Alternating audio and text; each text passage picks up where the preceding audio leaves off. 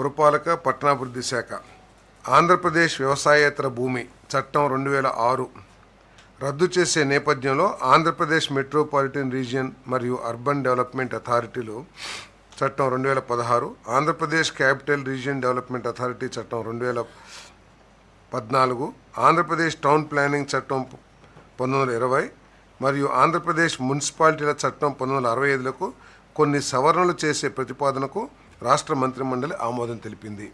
అంటే నాలా మారుతుంది కాబట్టి ఈ ల్యాండ్ కన్వర్షన్ ప్రొసీజర్స్లో ఇంతకుముందు ఏంటంటే మనం నాలా అప్లై చేస్తే ఏదైతే ప్రొసీజర్ ఉందో ఆ ప్రొసీజర్ని ఈ రద్దు చేయటం మూలంగా మార్పు వస్తుంది. కాబట్టి ఈ మిగతా దానికి కనెక్టెడ్గా ఉన్న ఈ చట్టాలను కూడా అమెండ్మెంట్ చేయటం జరిగిందని చెప్పేసి మనం చేస్తాం, ఈ 4 చట్టాలను కూడా.